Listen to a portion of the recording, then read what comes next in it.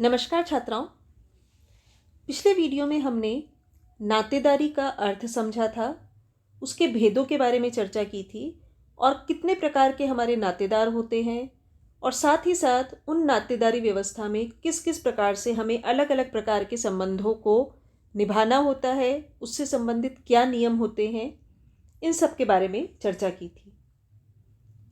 आज के इस वीडियो में हम विशेष रूप से भारत में नातेदारी व्यवस्था का क्या स्वरूप है, किस प्रकार के उसके नियम हैं, किस प्रकार से अलग अलग क्षेत्रों में अलग अलग व्यवस्था हमें देखने को मिलती है, क्योंकि हमें पता है भारत एक विविधतापूर्ण देश है। तो अलग अलग जो क्षेत्र हैं भारत के, उनमें किस प्रकार से नातेदारी व्यवस्था के नियम बने हुए हैं, इसके बारे में हम चर्चा करेंगे। इस संबंध में एक विद्वान है इरावती कर्वे, उन्होंने बहुत महत्वपूर्ण कार्य किया है। उनकी किताब है किनशिप ऑर्गेनाइजेशन इन इंडिया, जिसे हिंदी में कहा जाता है भारत में बंधुत्व संगठन। तो इरावती कर्वे ने एक बिल्कुल मौलिक रचना इस संदर्भ में लिखी है और उन्होंने पूरे भारत के स्तर पर, अखिल भारतीय स्तर पर नातेदारी व्यवस्था का अध्ययन किया है और उसके आधार पर उन्होंने ये समझाने का प्रयास किया है कि भारत में बहुत विविधता है नातेदारी के संबंधों के बारे में। उन्होंने संपूर्ण भारत को 4 विशाल क्षेत्रों में बांटा। सबसे पहले क्योंकि जो अभी हमने बात की विविधता है, क्षेत्रीय आधार पर, भौगोलिक आधार पर, भाषा के आधार पर बहुत सारी विविधताएं हमें देखने को मिलती है। तो उन्होंने मोटे तौर पर 4 क्षेत्रों में भारत को बांटा: उत्तरी क्षेत्र, मध्य क्षेत्र, दक्षिणी क्षेत्र और पूर्वी क्षेत्र। इन चारों क्षेत्रों में उन्होंने नातेदारी को समझा और उन्होंने महसूस किया कि कहीं पर पितृवंशीय परंपरा है, कहीं पर मातृवंशीय परंपरा है। नातेदारी की जो शब्दावली है वो अलग अलग जगह अलग है, यानी किसी नातेदार को हम नॉर्थ इंडिया में किसी नाम से बुलाते हैं तो साउथ इंडिया में हो सकता है हम उसी नातेदार को किसी और नाम से बुलाते हों। उनके साथ व्यवहार के तरीके एक जगह अलग हैं, दूसरी जगह अलग हैं। तो इन सारे चीज़ों के बारे में, उनके किस प्रकार से त्यौहार होते हैं, उनके किस प्रकार से विवाह के नियम होते हैं, उनका जो इंटरनल सारा फैमिली ऑर्गेनाइजेशन होता है वो कितना अलग अलग होता है, इन सब के बारे में इरावती कर्वे ने अपनी इस किताब में चर्चा की है। मोटे तौर पर जो उन्होंने कुछ खास चीज़ें मेंशन की है उसके बारे में हम यहाँ पर चर्चा करेंगे।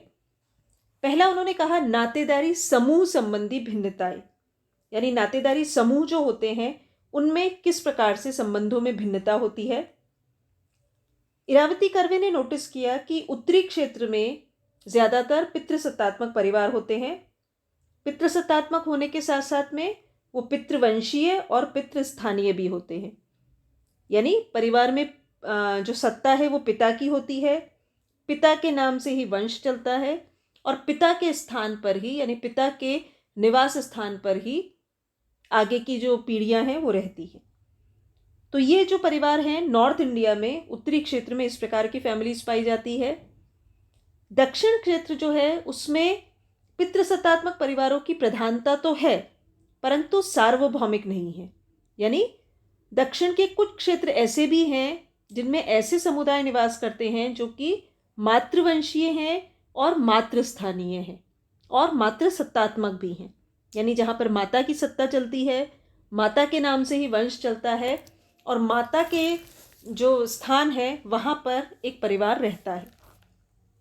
तो नॉर्थ इंडिया में पितृसत्तात्मक परिवारों की प्रधानता है, साउथ इंडिया में पितृसत्तात्मक के साथ साथ में हमें मातृसत्तात्मक परिवार भी देखने को मिलते हैं। विवाह नियम संबंधी भिन्नताएं भी कर्वे जी ने महसूस की। वहाँ पर विवाह के नियम को लेकर उन्होंने देखा कि उत्तरी क्षेत्र में सपिंड विवाह जो है वो निषेध है। सपिंड विवाह हमने पहले डिस्कस किया था, यानी किसी व्यक्ति के मृत्यु होने पर जो सभी लोग पिंडदान करते हैं वो सपिंडी कहलाते हैं, यानी प्रत्यक्ष या अप्रत्यक्ष रूप से वो आपस में संबंधी हैं। तो उनमें आपस में विवाह होना उत्तरी क्षेत्र में प्रतिबंधित है, यानी उत्तरी क्षेत्र वाले सपिंड विवाह नहीं करते, सपिंड बहिर्विवाह को फॉलो करते, यानी अपने पिंड से बाहर विवाह करना। और साथ ही साथ वो विलिंग सहोदरज, ममेरे या फुफेरे भाई बहन के बीच विवाह को भी मान्यता नहीं देते।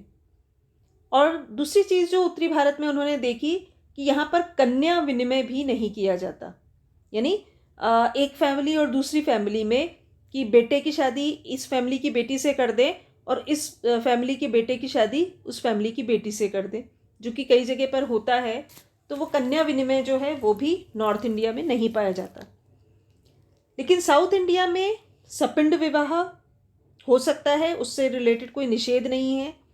दूसरी बात, ममेरे फुफेरे भाई बहनों का भी वहाँ पर कुछ जनजातियों में विवाह संभव है और कन्या विनिमय के द्वारा भी विवाह वहाँ पर होता है। तो इस प्रकार से दोनों क्षेत्रों में बहुत बड़ी विविधता हमें देखने को मिलती है।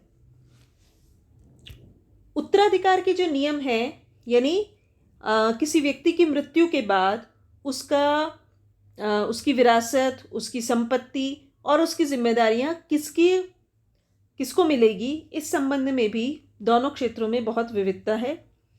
उत्तरी क्षेत्र जो है उसमें उत्तराधिकार का नियम एक रेखिक है। एक रेखीय, समरेखीय का मतलब पिता से ज्येष्ठ पुत्र को, उस पुत्र के से उसके अपने ज्येष्ठ पुत्र को, और इसी प्रकार उत्तराधिकार आगे बढ़ता है। दक्षिण क्षेत्र में पितृवंशीय और मातृवंशीय दोनों प्रकार के परिवार होते हैं, इसलिए उत्तराधिकार के नियम में दोनों प्रकार की व्यवस्था यहाँ पर देखी जाती है। पितृवंशीय में पीढ़ी क्रम के अनुसार होता है और मातृवंशीय में कालक्रम के अनुसार होता है। यानी जो उपयुक्त उत्तराधिकारी होते हैं उनमें से उत्तराधिकार जो मिलता है वो पुरुष से उसके छोटे भाई को या बहन के पुत्र को, जो भी आयु में बड़ा होता है, उसे दिया जाता है। तो साउथ इंडिया में, दक्षिण क्षेत्र में दोनों प्रकार की परंपराएं होने के कारण वहाँ पर उत्तराधिकार के नियम विविध हैं। नातेदारी व्यवहार से संबंधित भिन्नताएं होती है। जैसे उत्तरी क्षेत्र में पुत्री और पुत्रवधू जो है उन्हें एक बराबर नहीं माना जाता। बेटी और बहू अलग अलग मानी जाती है, उनके साथ अलग अलग प्रकार का व्यवहार भी होता है। पुत्री के ससुराल में जाना, उसके यहाँ खाना खाना, ये माता पिता के लिए प्रतिबंधित होता है। वो उसके घर भी नहीं जाते, जो कहा जाता है कि बेटी के ससुराल का पानी भी नहीं पिया जाता। दक्षिण क्षेत्र में पुत्री और पुत्रवधू, बेटी और बहू को, दोनों के लिए एक ही प्रकार की आचार संहिता होती है। और साथ ही साथ क्योंकि वहाँ थोड़ा खुलापन है, मातृसत्तात्मक परिवार भी है, इसलिए पुत्री के ससुराल जाना या उसके यहाँ खाना पीना करना वो माता पिता के लिए अलाउड है, उस प्रकार का कोई प्रतिबंध नहीं होता। नातेदारी की जो शब्दावली है उसमें भी भिन्नता देखी जाती है। उत्तरी क्षेत्र में रक्त संबंधियों को और विवाह संबंधियों को अलग अलग संबोधन से पुकारा जाता है और पीढ़ी क्रम के आधार पर भी, जैसे जो प्रथम संबंधी हैं, द्वितीयक संबंधी हैं, तृतीयक संबंधी हैं, उन सब के लिए अलग अलग नाम होते हैं। जैसे पिता के पिता को आप दादा कहते हैं, दादा के पिता को परदादा कहते हैं, और उनके लिए अलग अलग नाम, जैसे बाबा, बड़े बाबा, इस प्रकार के नाम रखे जाते हैं। एक पीढ़ी के लिए प्रयोग किए जाने वाले जो संबंध है उसका प्रयोग दूसरी पीढ़ी के लिए नहीं किया जाता। दक्षिण क्षेत्र जो है वहाँ पर रक्त संबंधियों और विवाह संबंधियों जो हैं उनके लिए बहुत जगह एक ही प्रकार के शब्दों का प्रयोग किया जाता है। आयु क्रम पर आधारित शब्दावली पाई जाती है, परंतु जो अलग अलग पीढ़ियाँ हैं उनके लिए अलग अलग प्रकार के संबोधन का या शब्दों का प्रयोग किया जाए, ऐसा वहाँ पर नहीं होता। अब हम बात करेंगे ओवरऑल नातेदारी व्यवस्था जो है वो समाज के लिए कितनी महत्वपूर्ण है, या समाज के लिए, समाज की व्यवस्था को बनाए रखने में उसका कितना महत्वपूर्ण योगदान है। पहली बात तो ये कि सामाजिक व्यवहार के नियमों का निर्धारण जो है वो इसके माध्यम से होता है। समाज में व्यक्ति जो रहते हैं उनका व्यवहार किस प्रकार का होना चाहिए, उनके अलग अलग जो कार्य हैं जीवन में वो उन्हें किस किस स्टेज पर क्या क्या कार्य करने चाहिए, इन सारी चीज़ों का क्लैरिटी जो है वो नातेदारी व्यवस्था के माध्यम से आ जाती है। विवाह और परिवार का निर्धारण हो जाता है। साथ ही साथ वंश, उत्तराधिकार और पदाधिकार किसको मिलना चाहिए उसका निर्धारण हो जाता है। वंशावली बनती है, उसमें हर पीढ़ी के अलग अलग जो भी सदस्य होते हैं उनका नाम, उनका वंश, गोत्र, भ्रातृदल, अर्धांश नातेदारी, ये सब विस्तृत रूप से उसमें वर्णित होता है। तो वो नातेदारी व्यवस्था की एक बहुत महत्वपूर्ण विशेषता है। सामाजिक व्यवहार का वहाँ पे नियमन हो जाता है। आपको पता चल जाता है कि किसी विशिष्ट नातेदार के साथ में अन्य नातेदार जो हैं वो किस प्रकार से बात करेंगे, उनके साथ उनका संबंध किस प्रकार से होगा, उनके ऊपर उनका अधिकार है कि उनके दायित्व हैं। इस प्रकार से वो सारी चीज़ें वहाँ पर बन जाती है। इसके अलावा सामाजिक सांस्कृतिक निरंतरता बनी रहती है नातेदारी व्यवस्था से। एक पीढ़ी से दूसरी पीढ़ी को सांस्कृतिक तौर तरीकों का हस्तांतरण होता है। मूल्य जो हैं, आदर्श हैं, जो भी समाज की सारी मान्यताएं हैं, वो पीढ़ी दर पीढ़ी हस्तांतरित हो पाती है नातेदारी व्यवस्था की वजह से। आर्थिक हितों की रक्षा होती है, क्योंकि नातेदारी में जो सदस्य हैं परिवार के, वो अपने आप को एक आर्थिक सुरक्षा के माहौल में महसूस करते हैं। जैसा कि हमने संयुक्त परिवार में भी पढ़ा था कि कोई भी कुछ अगर गलत होता है, कुछ बुरा किसी के साथ होता है, कोई वैधव्य की स्थिति है, कोई दुर्घटना है, कोई बहुत बड़ी बीमारी है, अचानक से किसी का रोजगार छूट जाता है, तो इस प्रकार की सिचुएशन में भी नातेदारी व्यवस्था एक प्रकार का आर्थिक सहयोग प्रदान करती है। बुढ़ापे में बूढ़े लोगों की देखभाल करना, किसी जो पारिवारिक जिम्मेदारी है, जैसे कि बहुत सारे क्षेत्रों में किसी लड़की की या लड़के की जब शादी होती है तो उसके मामा जो है वो भात या मायरा भरते हैं। तो इस प्रकार की जो रीति रिवाज हैं, मृत्यु भोज है, जन्म के समय किए जाने वाले उत्सव हैं, ये सारी जो भी क्रियाकलाप है वो नातेदारी व्यवस्था में ही संभव है और उसी के कारण हो पाते हैं। इसके अलावा व्यक्ति को एक मानसिक संतोष मिलता है नातेदारी की व्यवस्था में। वो अपने आप को अलगावित महसूस नहीं करता, यानी अपने आप को एक स्वजनों के दायरे में वो महसूस करता है।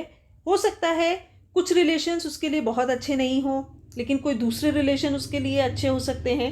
तो एक सपोर्ट सिस्टम जो है, मॉरल सपोर्ट, इमोशनल सपोर्ट की जो व्यवस्था है, वो नातेदारों के रूप में हर व्यक्ति को मिलती है।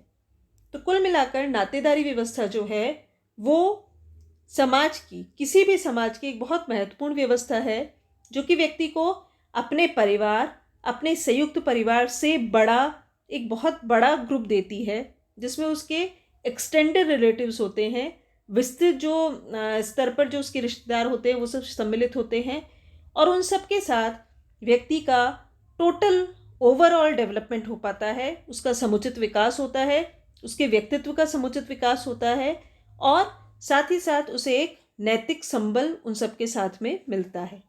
धन्यवाद।